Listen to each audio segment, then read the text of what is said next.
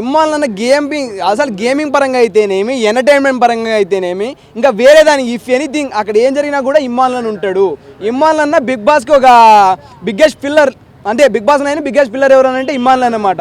ఎక్కడైనా సరే ఇమ్మాలన్న విన్నర్ కూడా ఇమ్మాలన్నే, ట్రోఫీ కూడా ఇమ్మాలన్నదే అంతే. అనుకునే వాళ్ళు అనుకోండి, ఏమని చేసుకోండి, అంటే ఆమె విన్నర్ అవ్వదు అని చెప్పట్లే అనమాట. ఇమ్మాలన్నకి నేను సపోర్ట్ చేస్తాను అనమాట. ఇమ్మాలన్న గెలవాలని మనస్ఫూర్తి కోరుకుంటున్నాను. ఇంకోటి చెప్తాను, తనుజ గారికి వెళ్తాను అని చెప్తాను కదా, till end of the day ఎవరైతే అంటే వాళ్ళ దాని మీద ఎవరైతే ఎక్కువ డిపెండ్స్ పెడతారో వాళ్ళే till end of the day winner అవుతారు. వాళ్ళు గెలుస్తారు, వీళ్ళు చెప్పలేం. మరి నేను ఇమ్మాలంటానా, మీరేమో తనుజ గారు అంటున్నారు. డిమాండ్ పవన్ గెలిచొచ్చు, లేదంటే రితు చౌదరి గెలిచొచ్చు, మనం ఏం చేయలేం కదా. అక్కడ till end of the day ఎవరైతే గెలుస్తారో ఫస్ట్ నుంచి చూస్తాను కదా, నాకెందుకు ఇమ్మాలని అనిపిస్తుంది. ఎందుకంటే ఆయన ఫస్ట్ నుంచి పోరాటం అలుపులేదనమాట. అది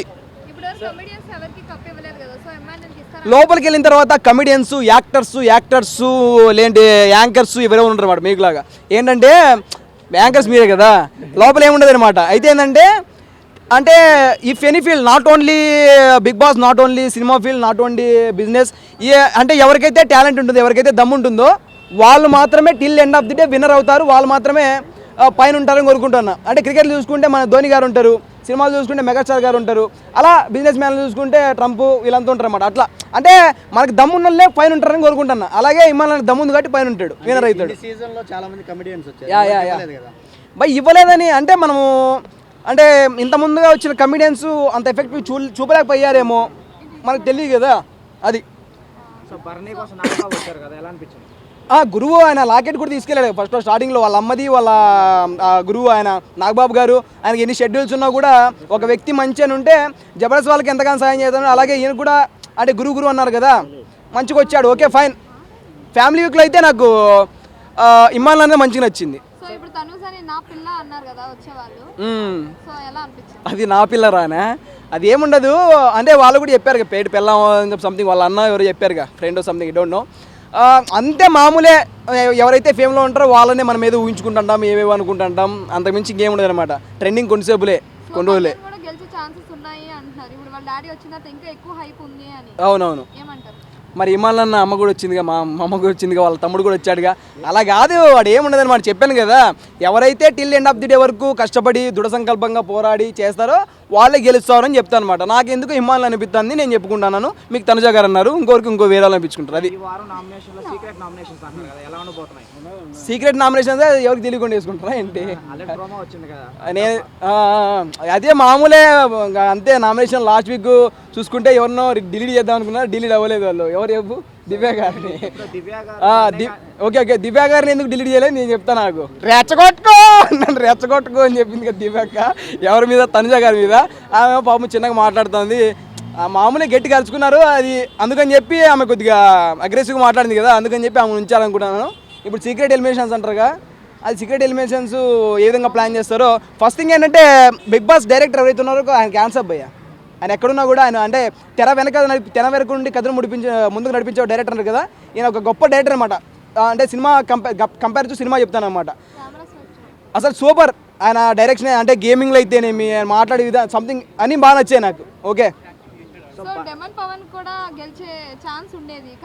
సరే, అందరిని గెలిపిద్దామండి.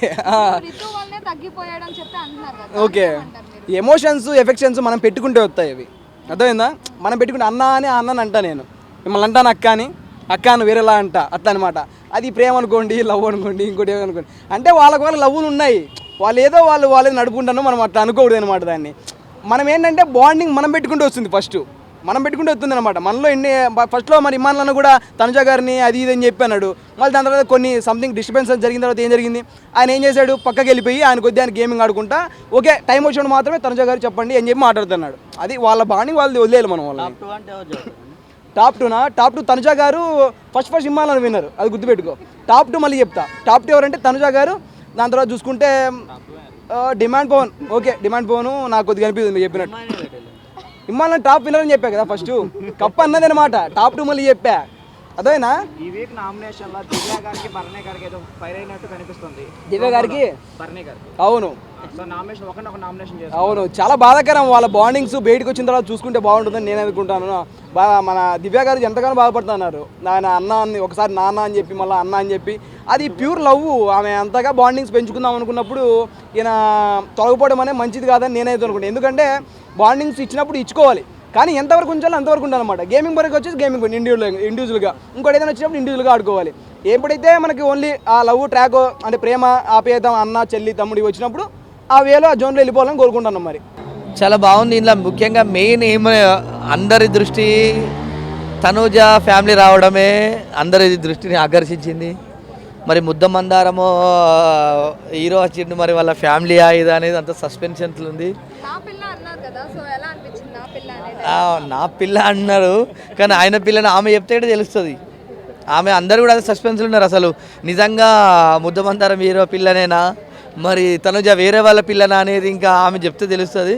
ఆమె కూడా అప్పుడు అన్నది నా మనసులో ఉన్నారు ఒకరు అన్నారు, కానీ ఇంకా ఆమె కూడా చెప్పలేదు. కాబట్టి ఫ్యామిలీ ఎంటర్టైన్ అయితే బాగానే ఉంది. ఇప్పుడు చాలా బాగా అనిపించింది. అంటే ఏదో ఇద్దరికి కనెక్టివిటీ ఉన్నట్టు అనిపించింది. మరి అది లవ్ రిలేషన్లు ఉన్నారా ఫ్రెండ్షిప్ రిలేషన్లు ఉన్నారా అనేది ఇంకా అర్థం కాలేదు. ఎందుకంటే ఆయన చూస్తే నాకు అట్నే అనిపించింది, కొద్దిగా రిలేషన్ ఉన్నట్టే అనిపించింది. ఎందుకంటే చాలా రోజులు ఇద్దరు కలిసి సినిమాలు సీరియల్ నటించారు కాబట్టి ఉన్నది అని అనిపించింది అట్లా.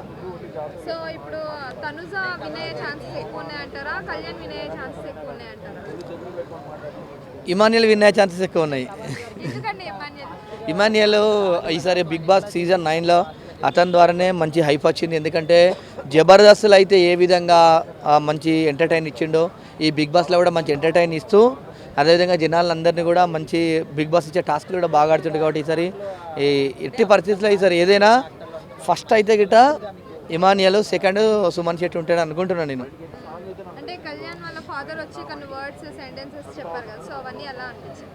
చెప్పిండు, కానీ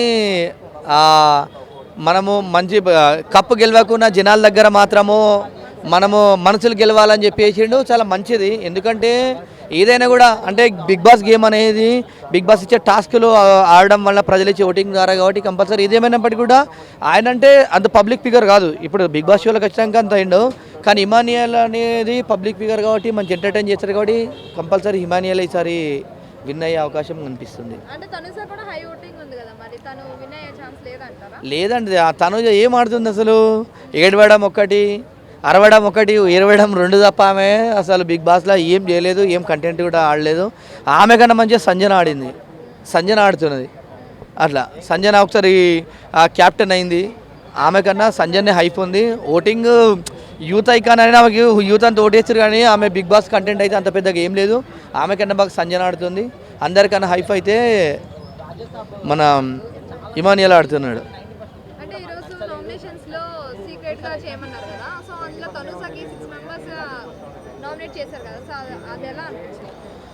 కరెక్టే చేసిర్రు అందరూ, కానీ తనుజ కూడా రాసింది కదా, ఆమె రాసిన పేరు కూడా సస్పెన్స్ ఉంది. కాబట్టి కంపల్సరీ అంటే ఈసారి ఎలిమినేషన్ అయితే దివ్య అవుతుంది అనుకుంటున్నా. దివ్య అయితే 100% అవుతుంది ఈ వీక్ అయితే. ఈ వీక్ అయితే కన్ఫర్మ్ తనే. లాస్ట్ 5 కంటెస్ట్లా ఇమాన్యుయల్ ఉంటాడు, సుమన్ శెట్టి ఉంటాడు, సంజన ఉంటుంది, తర్వాత మిలిటరీ ఆయన ఉంటాడు. వీళ్ళైతే కంపల్సరీ వీళ్ళైతే ఉంటారు. ఫైనల్గా మాత్రం విజేత మాత్రం ఇమాన్యుయలే.